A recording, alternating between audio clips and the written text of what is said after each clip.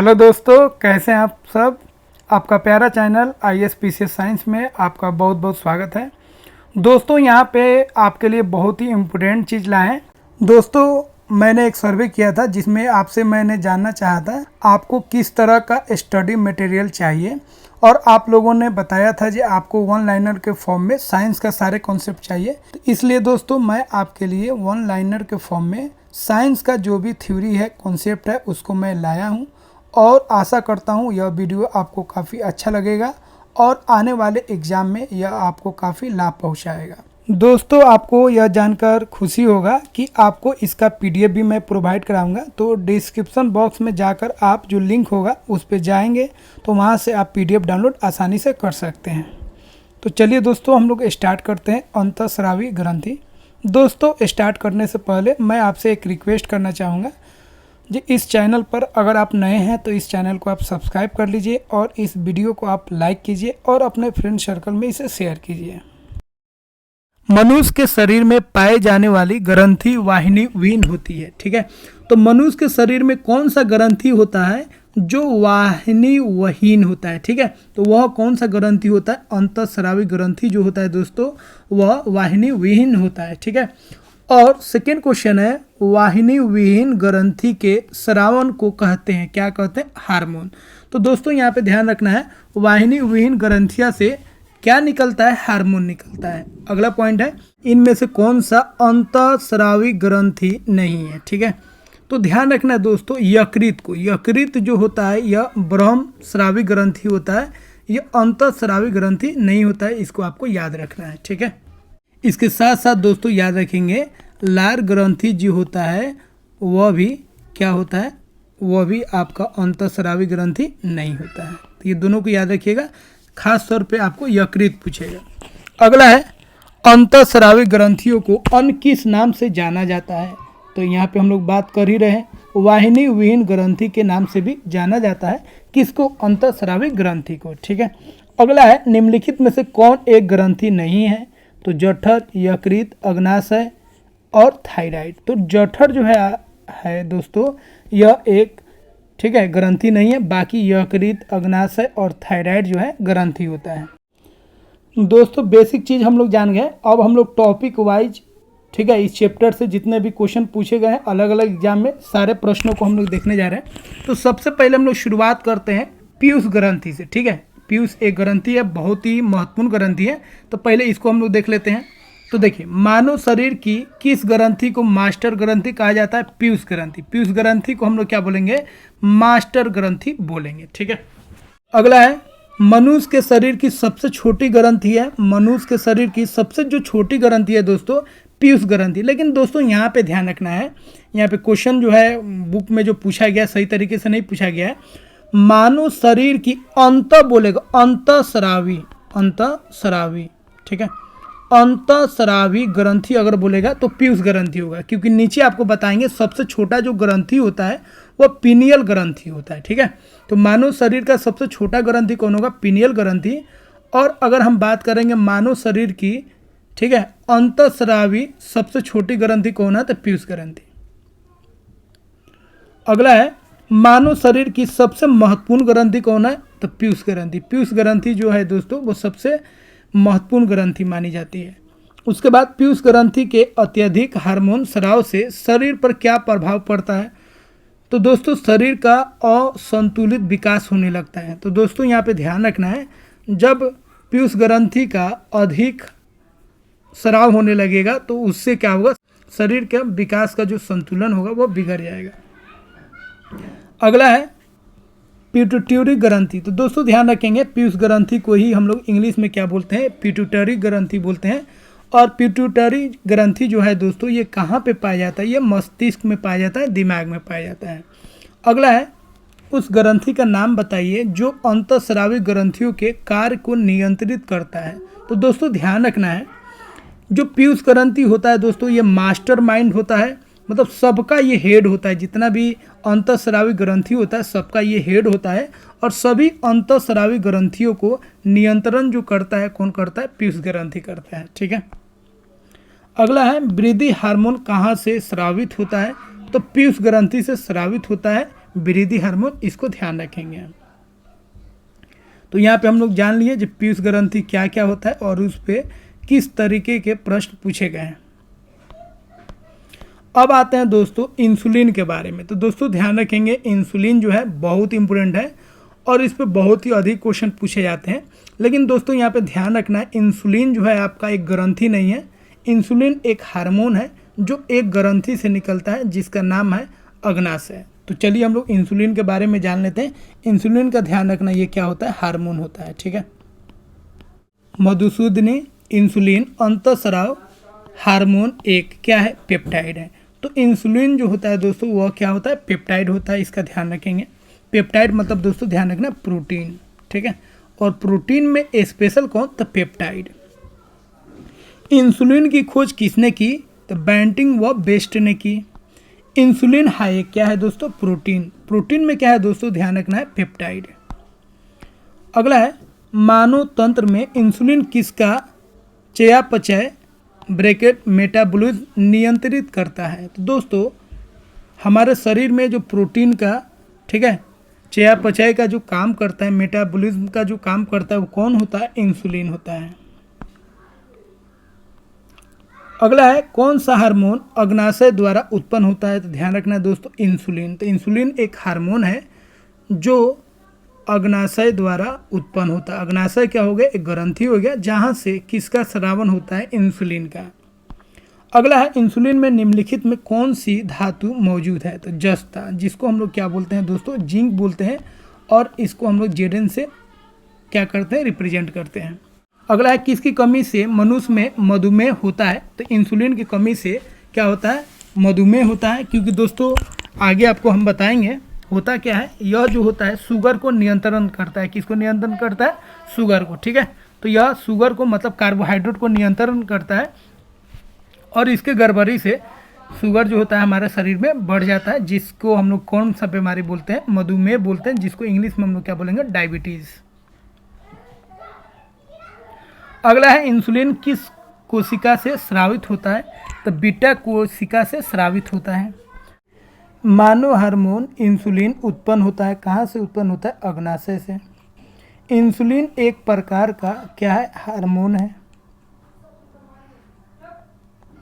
अगला है इंसुलिन प्राप्त होता है। तो दोस्तों कहाँ से प्राप्त होता है, डहलियों की जड़ों से, ठीक है। तो डहलिया जो होती है उनकी जड़ों से इंसुलिन प्राप्त होता है। तो इंसुलिन दो जगह से निकलता है, एक तो डहलियों की जड़ों से और एक दूसरा आपको बताया कहाँ से, अग्नाशय से, ठीक है। तो अगला हम लोग बात कर लेते हैं दोस्तों हार्मोन, जिसका नाम है ऑक्सीटोसिन। ये भी बहुत ही इम्पोर्टेंट है। चलिए इसको हम लोग देख लेते हैं। कौन सी ग्रंथि दुग्ध निकासन हार्मोन ऑक्सीटोसिन का स्रावन करती है। यहाँ पे गलत लिखा गया, यहाँ पे स्रावन होगा। तो कौन सा ग्रंथि से ये जो ऑक्सीटोसिन हार्मोन है वो निकलता है। तो कौन ग्रंथि से, पीयूष ग्रंथि से, ठीक है। अगला प्रश्न है निम्नलिखित में से कौन सा एक प्रोटीन नहीं है। तो देखिए कैराटिन, फाइब्रोबिन, ऑक्सीटोसिन और कोलाजन, ठीक है। इस सब में आपको ध्यान देना है कौन सा इसमें प्रोटीन नहीं है। तो दोस्तों यहाँ पे क्लियर है, ऑक्सीटोसिन जो है आपका ये प्रोटीन नहीं है, यह क्या है, एक तरह का हार्मोन है, ठीक है। तो सही आंसर हो जाएगा ऑक्सीटोसिन। अगला है गाय और भैंस के थानों में दूध उतारने के लिए किस हार्मोन की सुई लगाई जाती है, ठीक है। तो गाय और भैंस में, ठीक है, ऑक्सीटोसिन नाम का सुई दिया जाता है जिससे उनमें दूध जो होता है बढ़ जाता है, ठीक है। अगला है निम्नलिखित में से कौन सा हार्मोन औसतन ग्रंथियों से दुग्ध का स्राव होने में भूमिका निभाता है। तो कौन निभाता है दोस्तों, ऑक्सीटोसिन। अब हम लोग थायरोक्सिन से संबंधित जो भी प्रश्न है उसको देखते हैं। तो देखिए थायरोक्सिन क्या है, यह भी एक तरह का हार्मोन हो गया, ठीक है। अब इसको हम लोग देख लेते हैं। शरीर में सबसे बड़ी अंतःस्रावी ग्रंथि कौन सी है। दोस्तों यहाँ पे ध्यान रखेंगे, सबसे बड़ा जो अंतःस्रावी ग्रंथि होता है वो कौन होता है, थायराइड ग्रंथि होता है। अगर सीधा आपसे बोले शरीर में सबसे बड़ी ग्रंथि कौन होता है, तो दोस्तों ध्यान रखेंगे यकृत। अगर ग्रंथि बोलेगा तो यकृत, और अंतःस्रावी ग्रंथि बोलेगा तो कौन हो जाएगा, थायराइड ग्रंथि। इसका आप ध्यान रखेंगे, बहुत बच्चे कंफ्यूज हो जाते हैं। अगला है थायराइड ग्रंथि का स्थान कहाँ है। तो थायराइड ग्रंथि जो होता है वो कहाँ पे होता है, गला में होता है। और थायराइड ग्रंथि से ही क्या निकलता है, थायरोक्सिन निकलता है। ठीक है, थायरोक्सिन क्या है दोस्तों, तो यह एक हार्मोन है। कहाँ से निकलता है, थायराइड ग्रंथि से निकलता है। अगला है आयोडीन युक्त हार्मोन है। तो थायरोक्सिन जो है दोस्तों यह क्या है, इसमें आयोडीन होता है, इसीलिए इसको बोलते हैं आयोडीन युक्त हार्मोन। अगला है आयोडीन युक्त नमक उपयोगी होता है क्योंकि यह थायराइड ग्रंथि का नियंत्रण करता है। ठीक है, तो आयोडीन युक्त नमक हम लोग इस्तेमाल करते हैं। ठीक है, जिससे क्या होता है, थायराइड ग्रंथि इससे क्या होता है, नियंत्रण होता है, कंट्रोल होता है। और इस नमक से खाने से हम लोगों को घेगा रोग नहीं होता है। ठीक है, अगला है आयोडीन युक्त हार्मोन थोरॉक्सिन है। तो आयोडीन युक्त जो हार्मोन है थोरॉक्सिन वो क्या होता है, वह एक अमीनो अम्ल है। अगला है एक विशिष्ट हार्मोन को जिसकी कमी से गलकंड मतलब ग्वाइटर, जिसको घेगा रोग बोलते हैं, रोग हो सकता है, संश्लेषित करने के लिए किस अंतःस्रावी एंडोक्राइन ग्रंथि को आयोडीन की आवश्यकता होती है। ठीक है, तो कौन सा ग्रंथि होता है, ऑटो ग्रंथि, जिसको हम लोग इंग्लिश में बोल रहे थे थायराइड ग्रंथि। तो थायराइड ग्रंथि ये जो देख रहे हैं इसी का हिंदी वाला नाम हो जाएगा ऑटो ग्रंथि, इसको आप ध्यान रखेंगे। ठीक है, तो थायराइड ग्रंथि भी याद रखना है और इसी का हिंदी नाम भी ऑटो ग्रंथि भी याद रखना है, दोनों में से कोई ऑप्शन दे सकता है। अगला है किसकी कुसंक्रिया के कारण मानव शरीर में मिक्सिडीमा होता है। तो मिक्सिडीमा जो होता है दोस्तों किसके कारण होता है, ऑटो ग्रंथि के कारण होता है। ठीक है, ऑटो ग्रंथि क्या होता है, थायराइड ग्रंथि होता है। अगला है थायराइड ग्रंथि की खराबी किसकी कमी के कारण होता है, तो आयोडीन की कमी से होता है। आयोडीन में अगर कमी होगा तो थायराइड ग्रंथि क्या हो जाएगा, गड़बड़ हो जाएगा। अगला है थायराइड ग्रंथि से थायरोक्सिन स्रावित करने के लिए उत्तेजित करने वाली अंतःस्रावी हार्मोन कौन सा है। कौन सा हार्मोन जो है थायरोक्सिन निकालने के लिए थायराइड ग्रंथि को उत्तेजित करता है, तो याद रखेंगे TSH। ठीक है, अगला है आयोडीन की कमी से क्या होता है, तो दोस्तों घेगा रोग होता है, बहुत पॉपुलर क्वेश्चन है। अगला है निम्नलिखित में से कौन सी एक अंतःस्रावी ग्रंथि पीयूष ग्रंथि से स्वतंत्र कार्य कर सकती है। ठीक है, तो कौन सी ग्रंथि है जिसका जो नियंत्रण होता है वो पीयूष ग्रंथि नहीं करता है, तो दोस्तों ध्यान रखना है वो कौन है, वो है प्रावोटो। ठीक है, तो ये तीनों का, ठीक है, ऑटो ग्रंथि या जनन ग्रंथि या अधिविकत, ये सब का जो है, ठीक है, नियंत्रण कौन करता है, पीयूष ग्रंथि करता है, लेकिन प्रावोटो जो होता है उसका जो नियंत्रण है वह पीयूष ग्रंथि नहीं करता है। अब अगला है दोस्तों एड्रीनेलिन, यह भी एक तरह का हार्मोन होता है। इसका काम क्या है देखिए। ठीक है, तो कौन सा हार्मोन को लरो और उरो हार्मोन कहते हैं। ठीक है, एड्रीनेलिन जो हार्मोन है दोस्तों उसको हम लोग क्या बोलते हैं, लरो और उरो हार्मोन। ठीक है, क्योंकि ये कुछ देर के लिए आता है और तुरंत ही चला जाता है। इसको दोस्तों हम लोग क्या बोलते हैं, जीवक रक्षक। जीवक रक्षक हार्मोन किसको बोलते हैं, तो एड्रीनेलिन को बोलते हैं। ठीक है, क्योंकि ये जब घबराहट होता है, बेचैनी होता है, जब हम लोग मुश्किल में फंस जाते हैं तो ये हार्मोन रिलीज होता है। जीवन रक्षक हार्मोन किस ग्रंथि से स्रावित होता है, तो एड्रीनल ग्रंथि से निकलता है जो दिमाग में होता है। ठीक है, मेडुला में होता है। कहाँ पे होता है, मेडुला में। अगला है किस हार्मोन के स्रावित होने से हृदय गति बढ़ जाती है तथा उत्तेजना का अनुभव होता है, तो कौन सा हार्मोन है दोस्तों, एड्रीनेलिन। एड्रीनेलिन के स्रावन से क्या होता है, हृदय गति बढ़ जाता है। अब दोस्तों हम लोग बात करेंगे सेक्स हार्मोन से रिलेटेड प्रश्नों को। मादा जनन हार्मोन है, कौन कौन सा है, एस्ट्रोजन है, प्रोजेस्टेरोन है और रिलैक्सिन। ये तीनों जो हार्मोन है वो कौन सा हार्मोन है, मादा जनन है, मतलब स्त्री हार्मोन है। एस्ट्रोजन किसके द्वारा उत्पादित होता है, तो पुटिका के द्वारा, ठीक है, उत्पादित होता है, स्रावन होता है किसके द्वारा, पुटिका के द्वारा। ठीक है, उसके बाद महिला सेक्स हार्मोन है, तो यहाँ पे बता चुके हैं एस्ट्रोजन जो है आपका क्या है, महिला सेक्स हार्मोन है। अगला है एस्ट्रोजन क्या है, यह एक तरह का क्या हो गया, हार्मोन हो गया। कौन हार्मोन है, महिला हार्मोन है।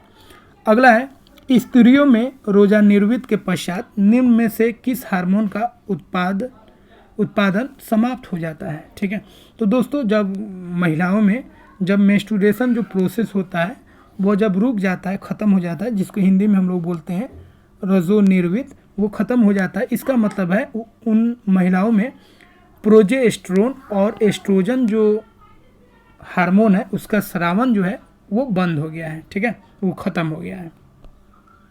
अगला है निम्नलिखित हार्मोनों में से कौन सा एक स्त्रीलिंग हार्मोन है? एस्ट्रोन। ठीक है, तो एस्ट्रोन या यहाँ पे देखिए कंफ्यूज नहीं होना, एस्ट्रोजन सेम चीज में, एस्ट्रोजन बोलिए या इसी को हम लोग बोलते हैं एस्ट्रोन।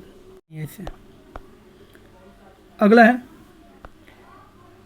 पीत पिंड कहाँ पाई जाने वाली कोशिकाओं की सनहती है? तो अंडाशय। पीत पिंड कहाँ पाया जाता है? तो अंडाशय में। अगला है नर लैंगिक हार्मोन है टेस्टोस्टेरोन। टेस्टोस्टेरोन जो है ये मेल हार्मोन है। अगला है दोस्तों विकक, किडनी से रिलेटेड। मानव शरीर में रक्तचाप नियंत्रित होता है, कहाँ से होता है?